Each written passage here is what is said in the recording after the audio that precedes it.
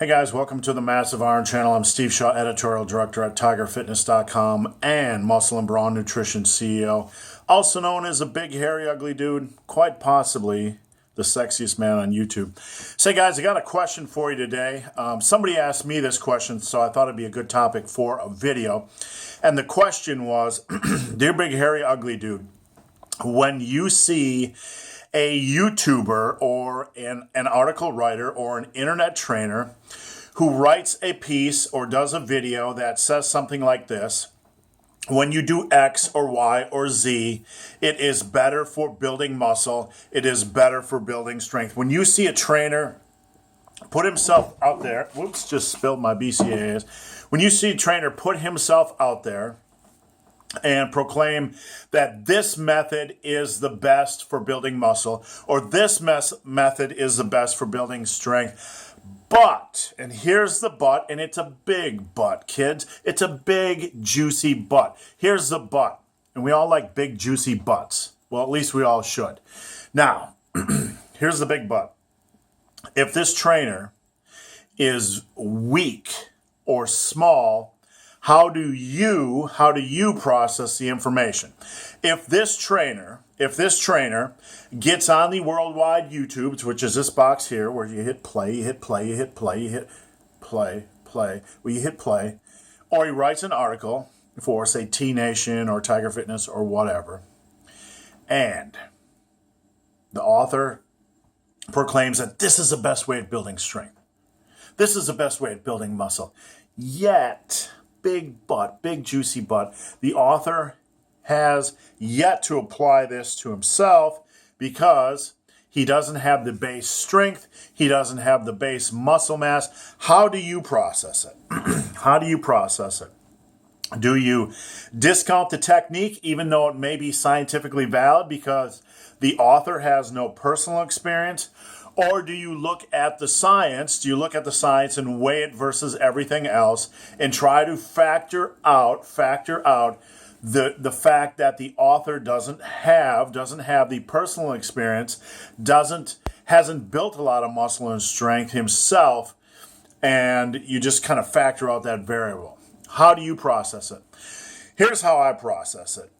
I tend, and this is just me personally, I tend to gravitate towards the guys who have spent years and years and years and years in the pits, because training is both an art and a science. There's a lot of science that hints at how we should train, but training is also an art.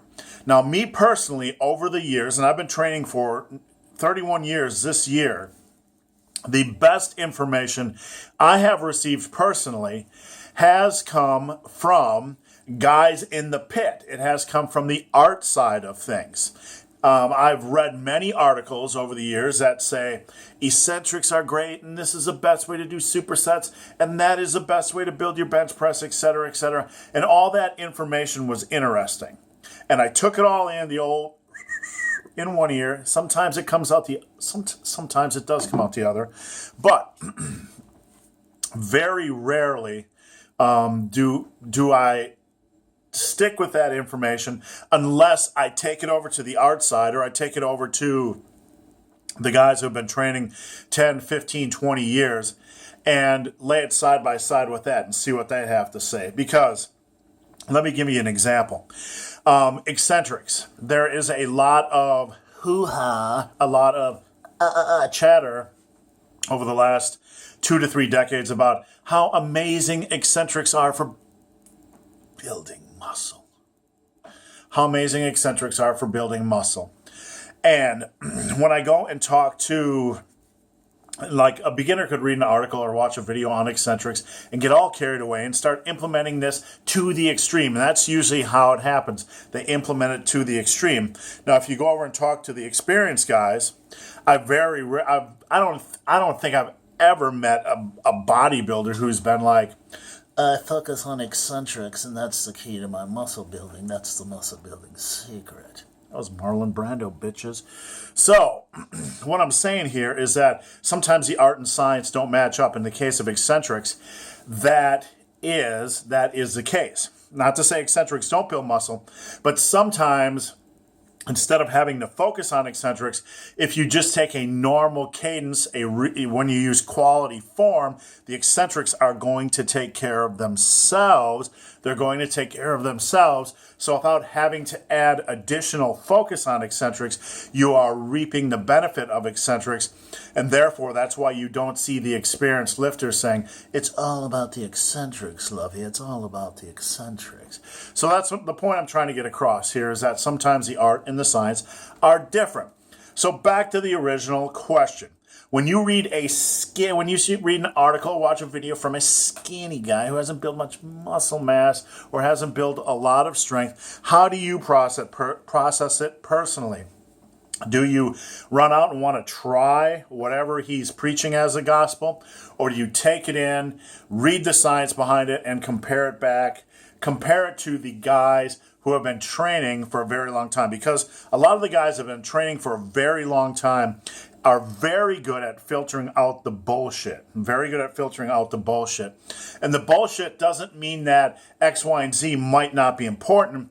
It just means that in the grand scheme of things, it might not be necessary. It's not as vital as Joe Skinny Trainer, Joe Musclehead, Joe 300-pound deadlift trainer is proclaiming based on the science. So in my opinion, you have to weigh the science very heavily with a dose of art and try to figure out what the strongest, what the biggest people are doing, not those that are genetically gifted, but there are plenty of guys out in the gym that I train with each day, that I talk to each week, each month, at powerlifting meets, at gyms, whatever, who have been doing this a very long time, and they're not the genetically elite necessarily. So I like to weigh things. I like to weigh things with what the experienced guys are saying, the muckers are saying, with what the science is saying, and then kind of filter out all the bullshit and come up with the most important variables. Because there might be 200 different ways to build muscle, but what are really the top 2 to 3 ways? There might be 2,000 ways to build strength, but really, what are the top 2 to 3 ways? Sometimes we're good at tossing out the top 2 to 3 ways and trying to insert some other method at the expense of them. So guys, hope this video has been of some help. If you have any questions or comments, drop them below. The best questions I turn into videos just like this. If you've made it this far in this video and have yet to subscribe to my channel, please do. I'd appreciate the support. So guys, as always, thanks for watching. Have a great day.